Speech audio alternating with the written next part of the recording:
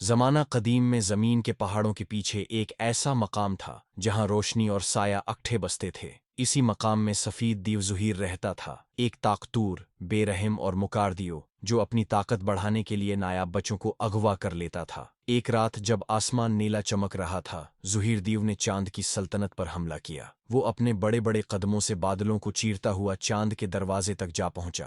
چاند کی تین پریاں ماہین، لبیبہ اور ناہید اپنی پوری طاقت سے دیو کو روکنے کی کوشش کرتی رہیں، مگر ظہیر بہت طاقتور تھا۔ اسی ہنگامے میں چاند کا بادشاہ قمرالدین اپنے اکلوتے بچے شہزادہ نوران کو بچانے کے لیے دوڑنے لگا، لیکن سفید دیو ظہیر نے جھپٹ کر پرنس نوران کو اٹھا لیا اور آسمان کی تاریکی میں غائب ہو گیا۔ پریاں چیختی رہ گئیں، بادشاہ قمرالدین گھٹنوں کے بل گر گیا اور چاند کی پوری سلطنت اندھیرے میں ڈوب گئی۔ سفید دیو ظہیر بچے کو لے کر جنگل کی طرف بھاگ رہا تھا کہ اچانک تیز آندھی نے اسے زمیں پر گرایا۔ نوران اس کی گرفت سے چھوٹ کر ایک نرم سبز گھاس پر آ گرا۔ یہ رات اتنی اندھیری تھی کہ کوئی ستارہ بھی نہیں چمک رہا تھا۔ اسی وقت زمین کی ریاست کے بادشاہ سفیان کا قافلہ وہاں سے گزر رہا تھا۔ بادشاہ نے جب بچے کے رونے کی آواز سنی تو اپنا دل نہ روک سکا۔ یہ بچہ یہاں کیسے آیا؟ یہ کوئی عام بچہ نہیں، بادشاہ نے حیرت سے کہا۔ قافلے کے لوگ کچھ نہ جانتے تھے، مگر بادشاہ کے دل نے فیصلہ کر لیا کہ وہ اسے اپنی بیٹی شہزادی یاسمین کے ساتھ پالے گا۔ یوں شہزادہ نوران زمین کی بادشاہی میں پروان چڑھا، مگر اسے اپنی اصل کبھی یاد نہ تھی۔ شہزادی یاسمین نہایت نرمی اور محبت سے بھری ہوئی لڑکی تھی۔ نوران اس کا چھوٹا بھائی بن کر جوان ہونے لگا۔ وہ دونوں باغ میں کھیلتے، تالاب کے کنارے بیٹھ کر باتیں کرتے اور ہر رات ستاروں کو دیکھ کر خواہشیں کرتے۔ یاسمین ہمیشہ کہتی، نوران، تم میں کوئی جادو ہے، تم عام انسان نہیں لگتے۔ نوران مسکرا کر کہتا، اگر ہے تو مجھے بھی کبھی بتا دینا۔ لیکن حقیقت میں اس کے اندر چاند کی روشنی چھپی ہوتی تھی جو ابھی پوری طاقت سے ابھرنی باقی تھی۔ وقت گزرتا گیا، نوران اب جوان شہزادہ بن چکا تھا۔ بادشاہ سفیان اس سے بہت محبت کرتا تھا، مگر کئی وزراء اس بچے کے آنے کی کہانی پر شک رکھتے تھے۔ ایک دن شاہی دربار میں خبر آئی، سفید دیو ظہیر دوبارہ دیکھنے میں آیا ہے۔ یہ سن کر نوران کے دل میں ایک عجیب سی بے چینی اٹھنے لگی، کچھ بھولا ہوا جیسے یاد آ رہا ہو۔ یاسمین نے اس کے کندھے پر ہاتھ رکھا، اگر کوئی خطرہ آیا تو میں تمہارے ساتھ ہوں۔ ایک رات نوران محل کی چھت پر بیٹھا ستاروں کو دیکھ رہا تھا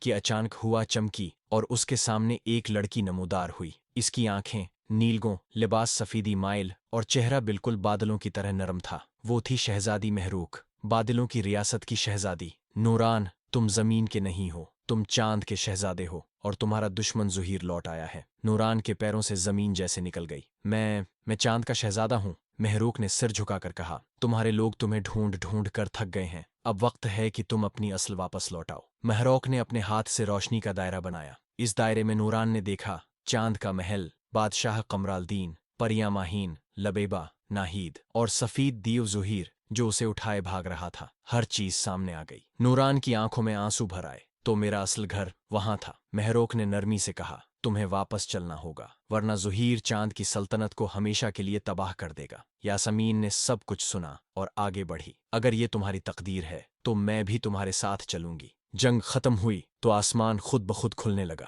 چاند کے محافظوں کا ایک قافلہ نیچے اترا۔ بادشاہ قمرالدین آگے بڑھ کر نوران کو گلے لگا لیا۔ میرے بچے، میں نے کبھی امید نہیں چھوڑی تھی۔ محل کی پریاں بھی رونے لگیں۔ نوران نے یاسمین اور بادشاہ سفیان کی طرف دیکھا۔ اگر آپ نہ ہوتے تو میں آج زندہ نہ ہوتا، آپ ہی میرا خاندان ہیں۔ بادشاہ قمرالدین مسکرایا۔ چاند کے دروازے تم سب کے لیے کھلے ہیں۔ یوں نوران، یاسمین اور بادشاہ سفیان چاند کی سلطنت لے جائے گئے۔ وقت گزرتا گیا، نوران اب چاند اور زمین دونوں کا محافظ بن چکا تھا۔ یاسمین بادلوں کی شہزادی مہروک کی بہترین دوست بن گئی۔ دونوں ریاستیں ہمیشہ کے لیے دوستی کے بندھن میں بندھ گئیں، اور سفید دیو و ظہیر کی کہانی صرف ماضی کا ایک سایہ بن کر رہ گئی۔